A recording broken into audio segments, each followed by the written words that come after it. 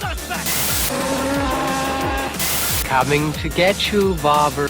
Walter's got Nards. Hi guys, my name's Barry and welcome back to the channel. Today we're going to be looking at a fan film directed by James Grimm called My Special Boy, a Friday the 13th fan film. First of all, James has been working on this project for a couple of years now. I remember when he first came to me with the basics and the groundwork for My Special Boy, and me myself, I wouldn't know where to begin to make a fan film. Yes, I've made a few shorts in the past and I want to do some shorts in the future as well, but these films that James is doing are almost feature length long, so it's quite hard to do these things and keep your audience engaged. For fan films, they're hit and miss because some fan films are terrible and some fan films are amazing, and you do have these fan films that are movie quality now, like Dave McRae's It's Me Billy, which was almost movie quality, production movie quality. It was absolutely amazing. But then after you've watched his fan film, you go back to other fan films and think they're ridiculous because of the quality of them. But what you're lacking quality, what you need to try and make up with is ideas, maybe some acting as well, some practical effects, etc. And that's what James has been working on, because he's been doing fan films for a few years, and each fan film he brings out, they get better and better, and that's no different with My Special Boy. This story follows April and Sean. Sean's played by Braden Timmons, who's one of my YouTube friends as well, and they try and reopen up Camp Crystal Lake, but this time they're trying to, well, only Sean knows this, but he's trying to rename it as Camp Trinity Point so that people will go there and not talk about Camp Crystal Lake. In true Friday the 13th fashion, Jason comes back and he kills off the members of the camp one by one. But there's something I like about this one, and it kind of sets this one differently from the rest of the fan films that are Jason Voorhees centric. You do see Pamela Voorhees in this one as well, talking to Jason.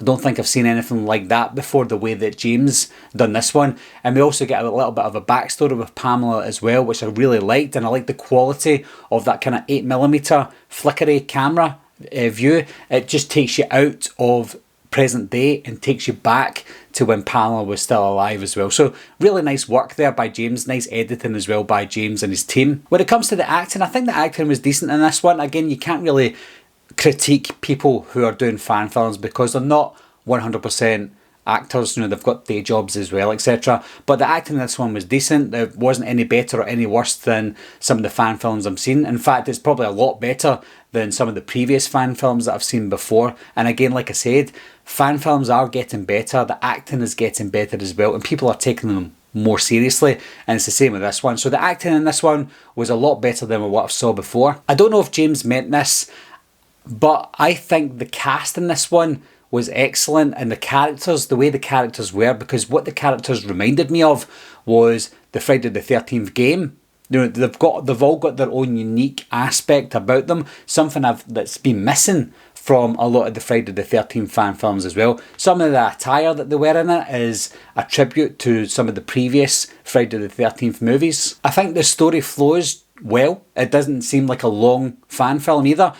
When you see fan films that they try too hard to give you that character development, but in this one you do get the character development, but it doesn't take anything away from how fast and how well the story flows as well.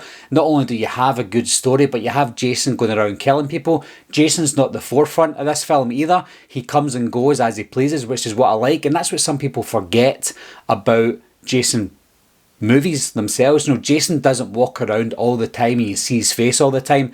In this one, that's the same thing. He comes and goes as he pleases, and that's one of the best things I like about this fan film. I've spoken to James about this before I've even done the review for it. I said to James, the only negative that I have for this, and it's not even a negative about the movie itself, it's about some of the audio in it. And I don't think James can really explain it either. It sounded like some of the actors were wearing microphones around their ankles at times. The walking, their footsteps was too crisp and too clear. I don't know if that was done post-production, but anytime they were standing on leaves or even just their footsteps, it was so crystal clear. You would probably think, well, if it's crystal clear, it's fantastic.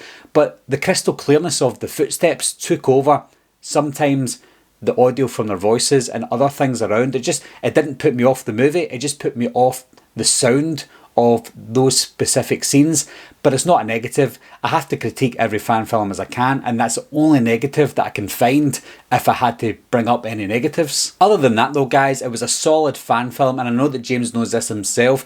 There is always room for improvement, and even after watching My Special Boy, as good as it was, there's always room for improvement. There's room for better acting, there's room for better cinematography, better lighting, etc. And that will come when James makes more and more fan films. And also, they're limited with the budget that they have. You know, you do get these amazing fan films that I mentioned before. They do have bigger budgets, big budgets for fan films, but James didn't have the biggest budget. So if you watch this film and you support what James is trying to do in future projects that he's doing, which he will be doing in the future, support him, and then he can get more money to do better things in the future. He's obviously got the talent to do it, and he's got the mind to do it. I'm just hoping that he can continue on and they just get better and better and better. I'll leave a link down below. If you haven't seen the film already, it's on YouTube for free. So I'll leave the link down below in the description. Click on it, watch it, let me know what you think. Let James know what you think about his fan film as well. And as always guys, thanks a lot for watching, thanks for subscribing, and I'll see you soon. Bye bye.